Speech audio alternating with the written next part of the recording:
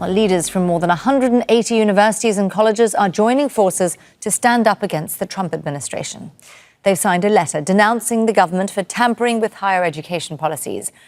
They accuse the administration of unprecedented overreach. The government has threatened to withhold billions of federal funds unless universities complied with certain demands. The administration says it's trying to fight what it calls anti-Semitism on college campuses. In the statement, the schools rejected government intrusion in the lives of students.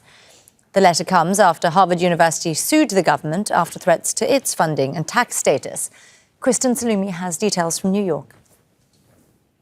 This is the first time that we've seen schools collectively push back against the Trump administration, and it's happening on the day after Harvard University launched a lawsuit against the Trump administration for threatening to withhold its funding. The White House remains unapologetic for its actions, however, and has refused to back down. The president has made it quite clear that it's Harvard who has put themselves in the position to lose their own funding by not obeying federal law.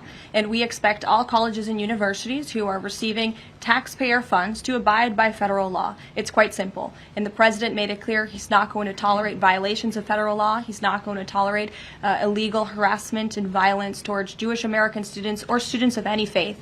Now, the universities deny that they're breaking any laws, and they're facing huge setbacks in terms of funding cuts from the federal government in the form of millions, if not billions of dollars.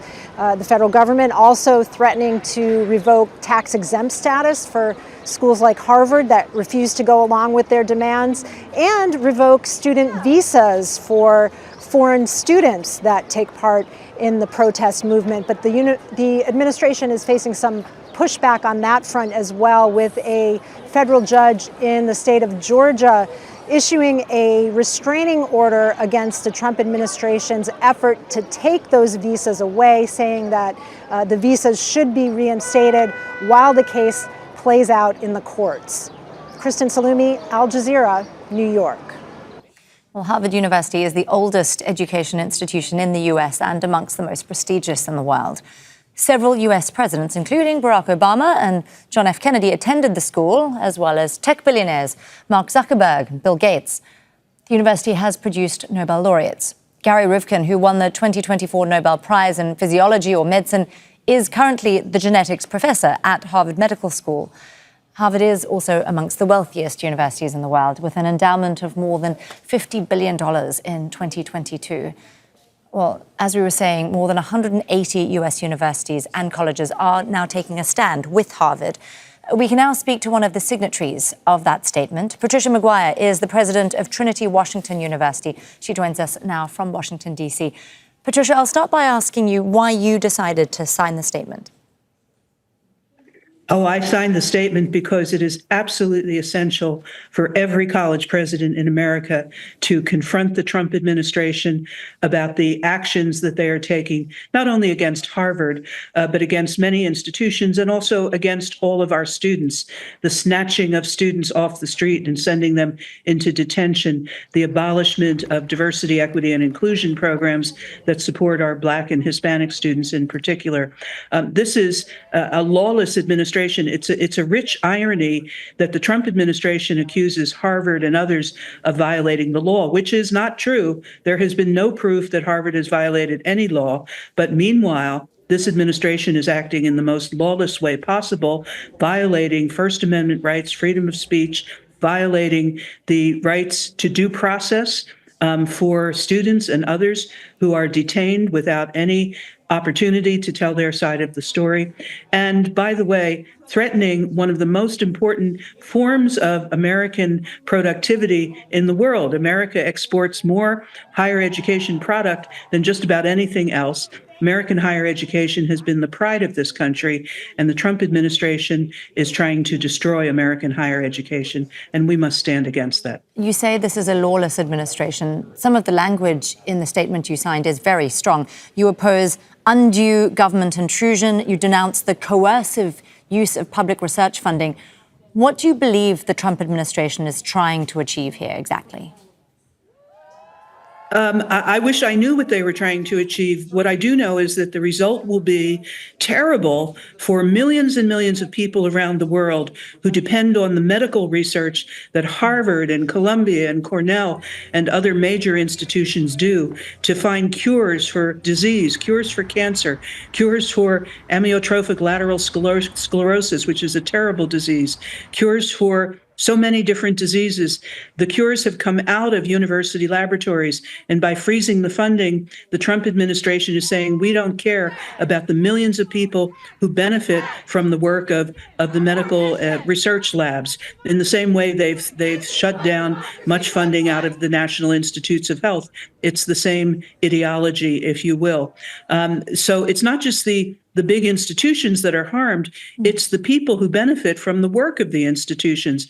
It also harms all of our students in higher education who come to these universities in search of a great education so they can enter the workforce and become productive members of the the professions that they seek to enter, whether it's medicine or law or nursing or teaching.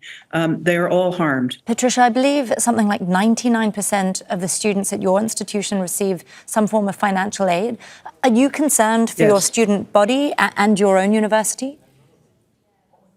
Well, I am concerned. We don't receive federal research grants. We're not a research institution, but it is true that 70% of our students are on Pell Grants. Almost 100%, 99%, you said, have federal loans. I think it would be a far reach for the Trump administration to do anything with federal financial aid for students. I think there would be a great uprising universally throughout higher education and across the land, an even greater outcry than there is now if the Trump administration tried to do something. But, you know, the other thing that we have to remember is the executive orders from President Trump are not law. I think people are very confused thinking that the president is making law. He doesn't make law. Congress makes the laws. He can't do anything about federal financial aid. It is all congressionally mandated, just like he can't really shut down the U.S. Department of Education because that's congressionally mandated. In the same way, he has no authority to strip the tax-exempt status away from Harvard. In fact, it is illegal, specifically illegal for the president of the United States to ask the Internal Revenue Service to investigate any institution's tax-exempt status. So while he makes a lot of threats, and in fact, he rules by fear, which is classic authoritarianism, in fact, he doesn't have that much power. But he has the power of fear, and that motivates people to concede and give in and be co-opted before they even learn that there is no power behind his threat. And that's one of the problems we face, which is why university presidents like me are speaking out, because we know that he's making threats, but he doesn't have power behind the threats. Patricia McGuire there, the president of Trinity Washington University. Thank you so much for joining us on Al Jazeera. Make sure to subscribe to our channel to get the latest news from Al Jazeera.